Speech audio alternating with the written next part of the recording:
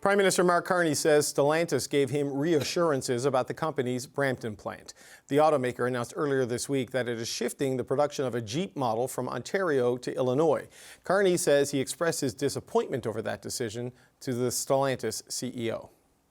I received assurances from the global CEO of two things. One, that they're looking at different model being produced in Brampton. That decision would be taken in the context of the finalization of the USMCA, to use the American term, CUSMA, to use our term, negotiations, and as well that support would be provided for workers. Lana Payne is the national president of Unifor, who represents those workers, and she joins me now. Lana Payne, good to see you. Thanks for having me here. How satisfied are you with those assurances the Prime Minister says he's received from Stellantis? Well, I would say our union received assurances from Stellantis as well. It's called written in a collective agreement, and that's what we negotiated with them in 2023, which was a three-shift operation in Brampton, employing 3,000 people directly, and then thousands more in the supply chain. And now what we saw this week is the blatant and egregious action by Stellantis to move that product, that investment, and those jobs to the United States. So my position is very clear. They made a commitment to the workers of Brampton, and they need to live up to it, David. The Prime Minister said today that Stellantis may try to find another way to honor that commitment, another model for the Brampton plant, though that is contingent on whatever happens with the trade agreement. Do you have any confidence that that could be a reality here? Yeah, I think that we don't go with that starting position. The Stellantis made a commitment. They have to stick to the commitment that they made. Whatever happens in CUSMA, whenever it happens, we don't know what that outcome is going to look like. We don't know what those negotiations are going to look like.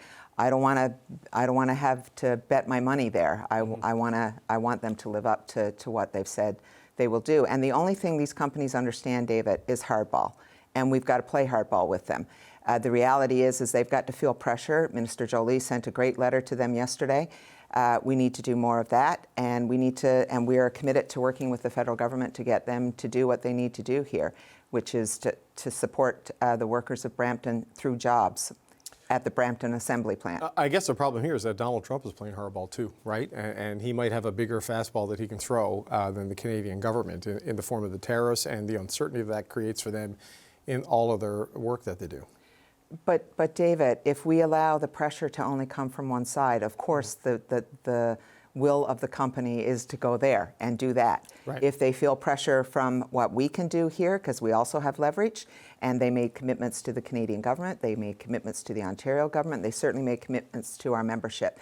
And that is where we need to sit down with the federal government, with the company, with the province, and say, okay, you made a commitment to the people of Brampton. We expect you to live up to it. So this is the basis, essentially, of the legal threat that Minister Jolie made in her letter, saying is tied to the commitments with the money for the battery plants, the commitment of continuing your existing operations and living up to your commitments in places like Brampton.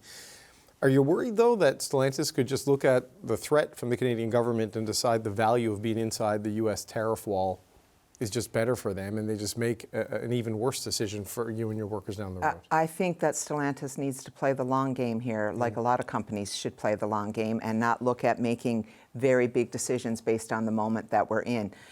I also believe that there's an opportunity here that we have to look at how we keep production in Canada while we're in this trade war. That is critical. And if Stellantis can get away with this, what's stopping General Motors, Ford Motor Company, or any other corporation from doing the same thing next week, next month? So we've got to draw a line in the sand at some point, David, and I'm saying it has to be here with Brampton Assembly Plant. Right. I mean, they're saying the company that the workers who won't get the jobs at Brampton can now apply for the jobs or move into the jobs at Windsor. But I mean, they had promised to do both, right? So it's a net loss if you do this, and the Brampton workers would have to relocate their lives to a completely different city. Yeah, and we would be losing vehicle production in Canada, and that would mean our auto footprint would shrink.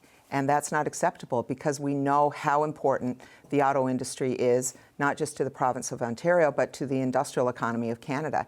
So we have to do everything in this moment to make sure that we're keeping production and jobs in this country until we work our way through the trade negotiations with the United States. So what's the move you want to see here from the federal government? I know the legal action threat, that is a meaningful thing, but we don't know how that will proceed and how quickly that might go, and it might be too late, once the capital gets spent inside the United States to boost things in Illinois. I mean, what's the play here now?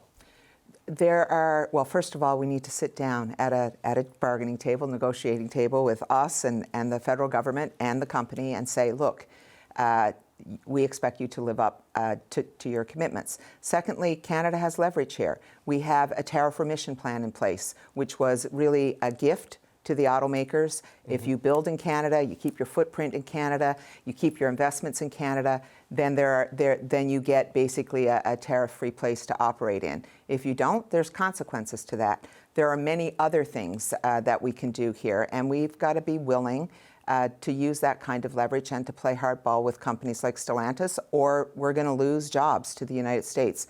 And now is the time to say no more. Enough is enough here. We talked to Flavio Volpe last night. There's a frustration of a lack of information there. We're seeing David Eby, the Premier of British Columbia, saying you're doing nothing for lumber workers, who I know you also represent in Unifor, saying that the priority is the Ontario auto sector, but we hear frustration from the auto sector. Steel and aluminum and energy are being discussed right now. But there is the unity of the beginning of the year, or the beginning of the spring. It's under pressure, Lana Payne, it seems to me, and things may be unraveling a little bit with Team Canada. I think what we're seeing is province being pitted against province, sector against sector, worker against worker. And I do believe that an approach to make sure that there is, a table where people are part of a process needs to occur. There's no doubt in my mind that we have to bring these industries together. We have to get people back on the same page, because that would be the worst thing that could happen, is that we don't have a Team Canada approach and it becomes, everybody for themselves. And that's why I expressed concern around how we were doing these specific kind of sector table deals, and auto and lumber being left over here while focusing on things like steel, aluminum, and energy, which are incredibly important, but they're also incredibly important in terms of leverage. And we don't want to use all of our leverage up over here and not have anything left over at the end of the day. So, getting people back in the tent, I think, is important. Right. I mean, there's a lot of conversation about burden sharing at the beginning of the year, but there's not been a lot of information sharing in the last little while. It's sort of the consistent theme. But I wonder, look, and I don't know what's happening at the bargaining table, but what if steel and aluminum and energy, whatever that means in this context, what if those are the only sectors the U.S. is willing to talk about, to do anything on? But always in negotiations, there are only things that a company wants to talk about when we go to a bargaining table too. You have to be strategic, force your way in, and figure out how we leverage all of this. And no, I'm not saying it's easy. None of this is easy. We're dealing with a completely different character south of the border right now. But having a strong team is really important, and making sure that that team is part of a process here, I think, is also incredibly important.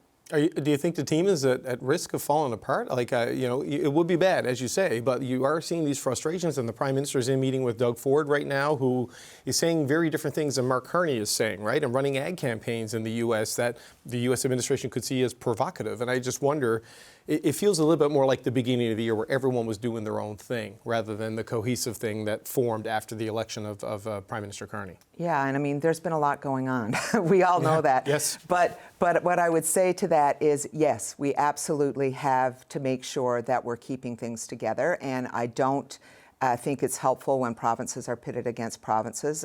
We've seen that in recent weeks as well. And that's definitely not a kind of Team Canada approach that we need. So yeah, we've got some work to do in our own country. Unifor National President Lana Payne, always good to see you. Thank you for your time today. Thanks, Dave.